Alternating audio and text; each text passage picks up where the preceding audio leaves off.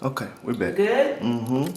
So, as a descendant of slavery and understanding us as a people, does it feel, you said it's service for you, so it doesn't feel like a burden?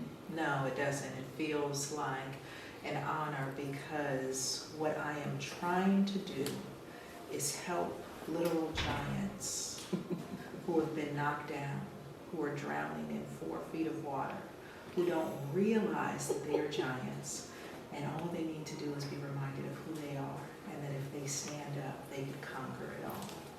And so it's an honor to sit with somebody and help reintroduce them to themselves and meet the giant every single time. Like it never gets old, it's never not satisfying. There is a rush that comes from it.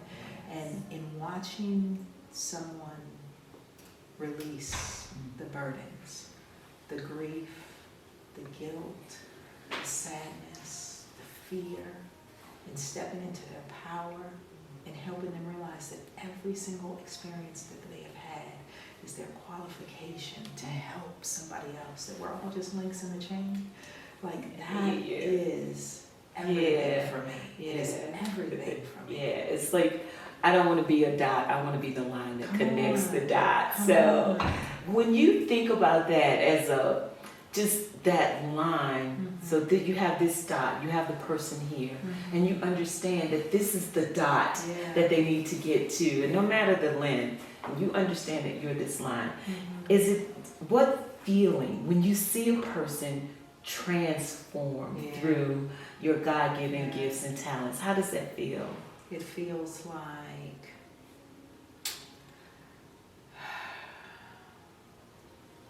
I'm on assignment. Yeah. Feels like service? It's more than service. It's like I'm doing what I've been charged to do. Right? It is understanding, and I like to think about it like we are all running a race and we don't know how long is our race. It's a relay. And so while I have the baton, I have assignments that I'm supposed to complete. So there's just a burning urgency to get as much done as I can. And every time I watch somebody turn the corner, I recognize that as legacy. Because the people that sit down in front of me, they're the chain breakers for their family. They're the ones that did not go along with the conformity of the toxic environment. They're the ones it wasn't working for. They're the ones that got sick by sitting in the sickness. So when I sit with them, that is a really energizing place to be, right? Even though they may not come in feeling energized, they may feel really low, they may feel very vulnerable, they may feel very guarded or even resistant, depending on what's bringing them in. But when I start to help them connect the dots, because I tell them, well, they've told me, with my space is a no judgment zone. Yes. And I tell my clients, you may judge yourself, but if I can help you suspend the judgment just to understand, because A plus B is always, it always equals C. And when it doesn't, then we're working with the wrong variable. Right? So if we could literally walk back every piece of your life, there's no way you can't be exactly where you are right now. And you know, and sometimes, of course, we don't always make, quote, the best, unquote, choices. But sometimes all we have is a series of bad options to choose from. So sometimes we got to leapfrog it, because when you come from peoples where you have been given the least, where the idea is your demise, where there isn't much resource, where you have to get to the most primal parts of yourself simply to survive, there are going to be some things that you wish could have looked different. There are going to be choices that you wish, had you known, you would have done differently, right? But I love to help people explain that that is a very oftentimes a very conceited or arrogant way to look at yourself. And the reason for that, right, is, I know that sounds funny, No, right? I got it. It took a second. I got it. So expound. The idea of that is when we judge ourselves, we are usually judging a past version of ourselves. Yes. And that version of yourself was younger, had less wisdom, less resources, less know-how, less maturity, less everything, and still figured out how to deliver you to this moment. You literally owe that version or those versions of yourself gratitude and grace and healing and security. And to have to go back and do the work to let that part of you know, I've got us now. You don't have to be in the driver's seat anymore. My 11-year-old version of me doesn't have to make choices because it learned how to survive and it doesn't trust this version of me to do it. So I have all of these responses based upon where I've been, where I'm not even showing up present in my own life now. I'm disconnected. So my present life is just triggering all of the old unprocessed stuff. And so I'm constantly responding on 10 to everything that warrants a 2 or 1. Yes, yes. And it's because it's all unprocessed. It all comes up with every experience that I have. That's wonderful. And it made me think about mothers, ironically, right? Come on. So I thought yesterday when I was prepping, I wanted to give you just scenarios with regards to the demographic of my readers, of our readers. Yes. Just questions that I didn't have a chance to ask them. I'm your demographic. That's okay. Yeah, you are my demographic, but for younger mothers. So I remember it was only 2 years ago when I was in my 30s. Okay. I was raising my sons. I was corporate America at the time. I didn't want to leave my sons, but I knew I needed to for myself. Talk to those mothers. You know, you have maybe a preschooler and a second grader, and you don't want to leave. And you have a thriving marriage to whomever you're in love with. So you've built your family, but you've seen yourself as this multi-dimensional mom, right? Corporate mom, wife mom, whatever mom. So to give them some relief, what would you say to them to not feel so badly about having to drop the babies off? Listen, understand that you cannot do it all. Oh, that's beautiful. You cannot do it all. And the version of you that you are comparing yourself to is a version and a time that no longer exists. Okay, most of us are comparing ourselves to women who had the ability to stay home all day, every day, who did not have to work. That world no longer exists. Isn't that the truth? It literally does not. And then there's the other part of that, if we look at women in history, where we weren't even allowed to have careers, where we weren't even allowed to have mortgages, where if we didn't have men on our property, we could not maintain our homes. That's just the way that it worked. And so what has happened to today's woman is that we are an amalgamation of every woman. Like Whitney said, I'm every woman. And not because we want to be, but we now live in a society that requires us to be. This society requires a 2-income home, and still most of us can barely survive.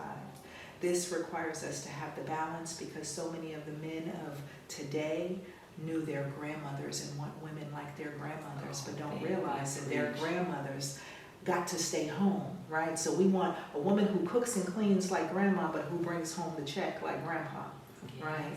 And so there are all of these dynamics that women in particular are having to deal with. That stress that we talked about, that pressure. And if I drop the ball in any area, that means I'm somehow less than a woman. And what I want to do is free women.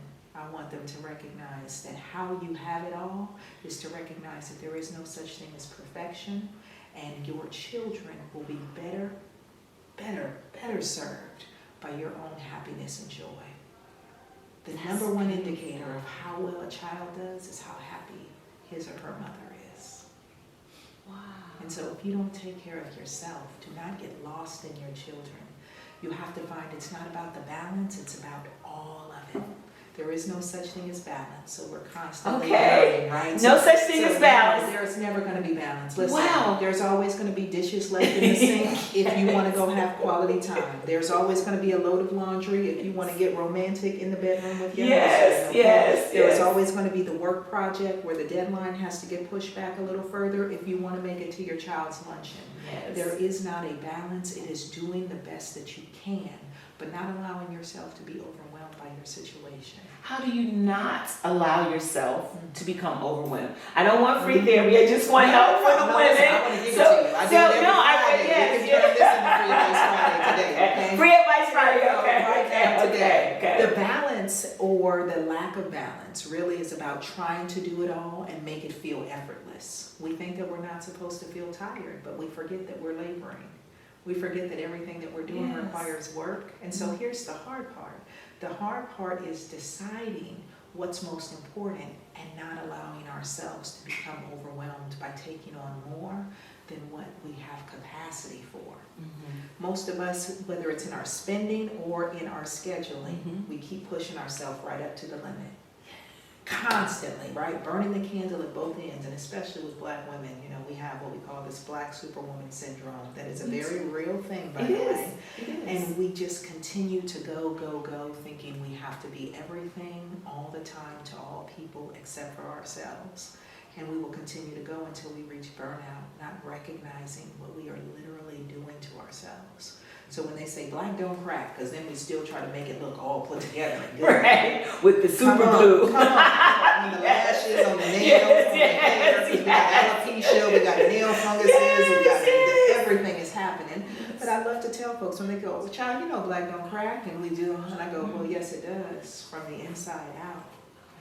Because it is taking a toll on us. When you look at the PMDD and the PCOS and what the are breast those? cancer, these are infertility issues. These are premenstrual or menstrual cycle disorders. These are all of these things that we have specifically as women, right? Because we're affecting our endocrine systems. We're affecting our hormone systems because now we're back to brain production. And stress negatively impacts the brain.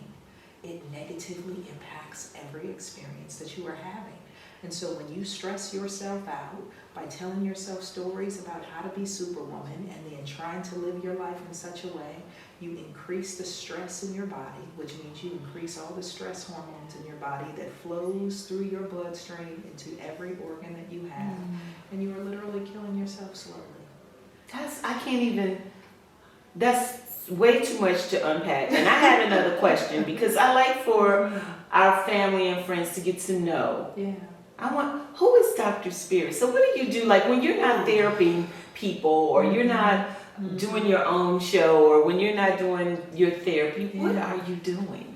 Spending time with my family. Your family? Yes, with my husband, with my kids. How long have you been married? Oh gosh, we just celebrated our 10-year anniversary. Oh. But we've been together a long time. We've been together 18 years. Oh, so you've been married for 18 years. The government said it so 10 years ago, right? It was one of those things, believe it or not, that neither of us in the beginning even desired to get married. Really? Yeah, we had both already been married before, kind of bought the t-shirt and the shot glass. Yeah. At the time I was like, listen, now if you want to do like, what is her name, Goldie Hawn and Kurt Russell, you know, you want to live together forever, we can do that. And he was like, good, because I don't ever plan on getting married anymore either. Yeah. And we got to a point where that was all that we wanted to do, was just be husband and wife. It was a very interesting thing, and both of us. You said very Yes, interesting. because we're both really headstrong people, and so we got to the point where both of us wanted to honor the agreement, so neither of us wanted to communicate to the other, hey, this is what I want. And so it's been, you know, just a lovely kind of situation that when you have the privilege of marrying your best friend. Isn't that Right. the truth? There's nothing like that. In the whole world. In the entire world.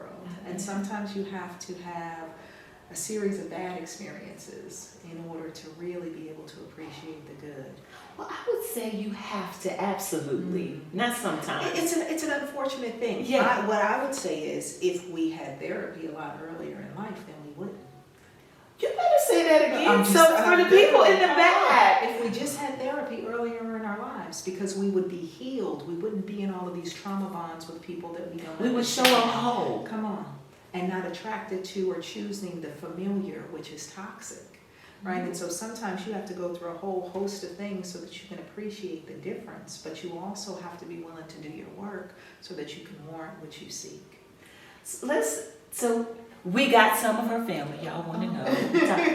How would you, I feel like Wayne Dyer, when I saw him interview somebody, I have all these personal questions, like, for me, that everybody else will benefit from. I talk about it anyway.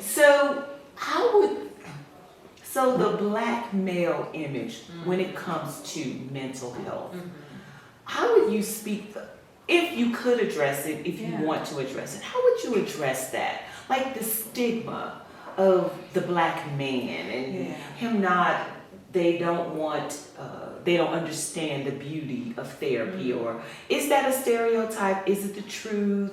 Well, I think it's not just specific to Black men. I think it's specific to men, period. We know that Wow. men don't access therapy in the same way that women do.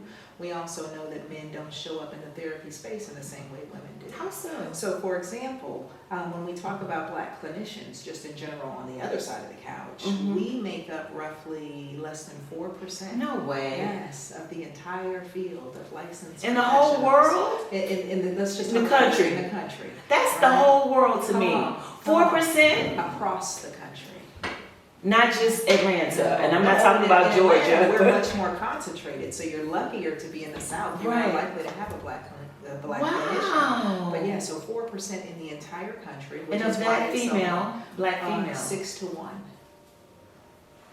We outnumber Black male therapists 6 to 1. So when you talk about the absence of our men in the space, and so even as a Black woman, what I recognize is that here we are and we have a connection via melanin, but there are some real gender issues that men may sometimes feel more comfortable being able to talk to other men about, that I cannot relate to, and I would not pretend to be able to relate to in my lived experience as a Black woman. And so with that absence there, with that lack of understanding, with the lack of trust, with, the idea of a man sitting down talking to a woman and showing vulnerability, to talk about I'm hurt, to talk about my heart is broken, to talk about I'm feeling attacked, or I feel victimized, or I don't feel strong, or I don't feel solid in my mind. I have these symptoms that I can't handle.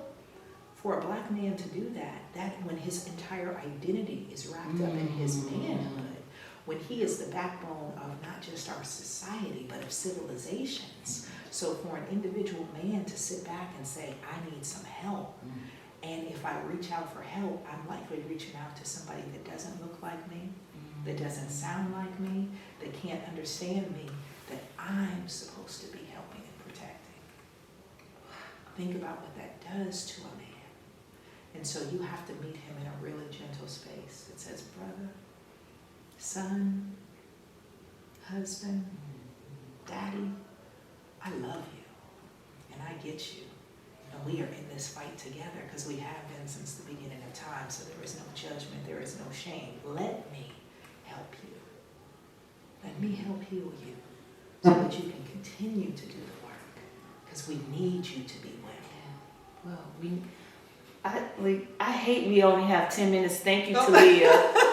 Because she was How do we encourage therapy? I mean, because I have my girlfriends, I believe in therapy. I do, yes. I believe in it. But how do we encourage not just our community, but people, Period. Yeah. period. So we need to force the insurance companies to pay for it, for one, right? Many are doing it, not enough. Mm. And, I really believe, honestly, I don't know if we'll ever get there, but I really believe that therapy should be free, especially for traumatized communities. I really believe, especially as we have these conversations around Black folks and reparations, I think that mental health care needs to be at the center of that. Of reparations. Absolutely. Because what are we going to do once we're repaired? Come We on. can't get Come repaired on. without mental Come on. therapy. And if you give me $1, or some of these cities are talking about, you give me $5 million. Well, we know, and look at lotto winners, for example. How can I help you accomplish that? That's a real thing for me. No, I'm Yeah. serious. So Yeah. we can start recording. I have enough to write a story. You want to go ahead and just wrap it Okay, up? okay.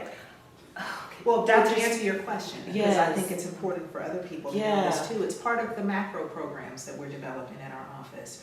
We have community-based mental health programs. Okay. We have an actual global trauma center that we would like to be able to Okay. build out.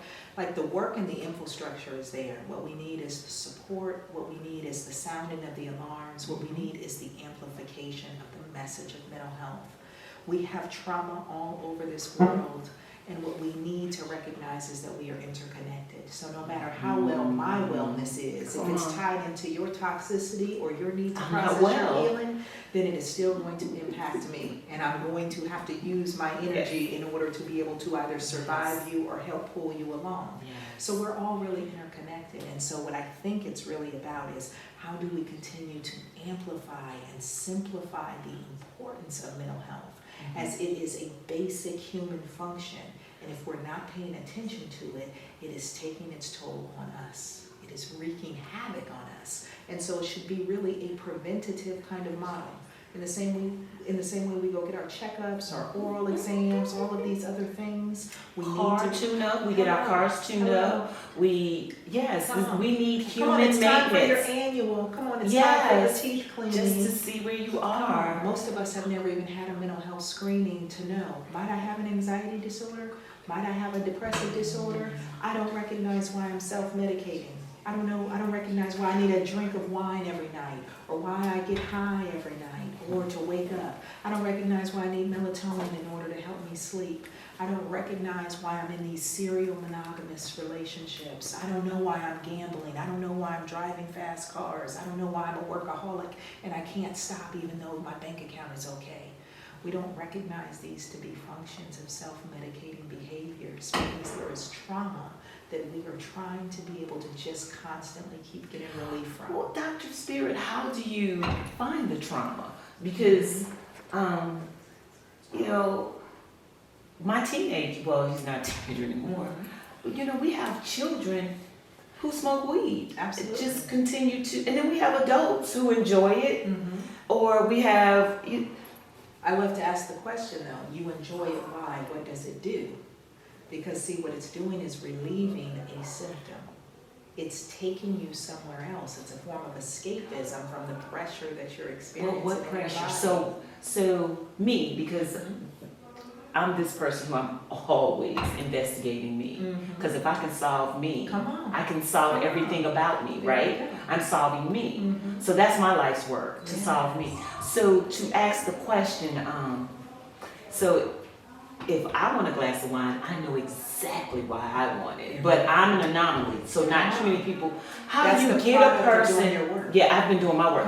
So how do you engage with a person who doesn't know? They just know it makes them feel good. Oh, so what question do you? See, I don't even touch it. Like when I'm dealing with folks that have substance use or abuse, I don't touch that. I say, talk to me about what you've survived. Okay. Right? Because that's the gateway. Talk to me about what you survived.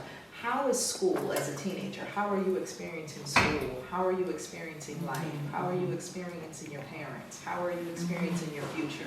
And they'll tell you, whether through their words or that's through why the body we language. yes. Come on. Yes. Come on. I just never, that always baffled me. Like if I ask the person, why do you smoke so much weed? Ask them, what do they feel if they don't smoke? Right? Why do you need to smoke? Or what tells you that you need to? Oh, because I'll start getting real irritated. Yes. What causes that anger to well up? Where does that come from? Oh, I don't know. Oh, has that just started happening, or has that been something that's been happening for a lot of your life? And again, if you can walk back every step, it's all about getting to the root. And it's. Hey guys, I'm sorry. If you can just give me an ending, you can keep talking about while I. Okay. Yeah, your team is fussing at us. Okay, I'm sorry. Okay, I'm so sorry. I We're got gonna wrap. We're session. gonna wrap. I'm sorry. Okay, maybe. That was 5. So thank you so much, Dr. Spirit. This has been wonderful. I know that my readers and viewers will enjoy. Thank you so much for this time. Hopefully they'll come to therapy. They will. Therapy. Oh, give us your therapy. info. No. Doesn't have Come to to be. that. Yes, it does.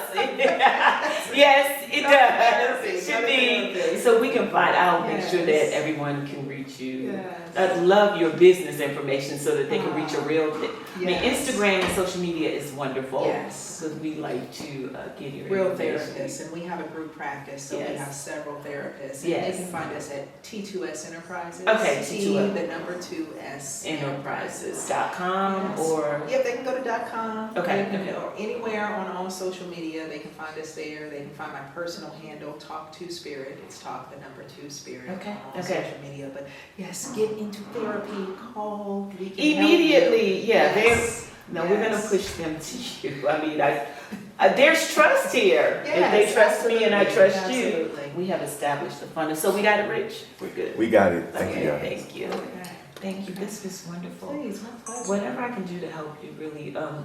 South Atlanta has been my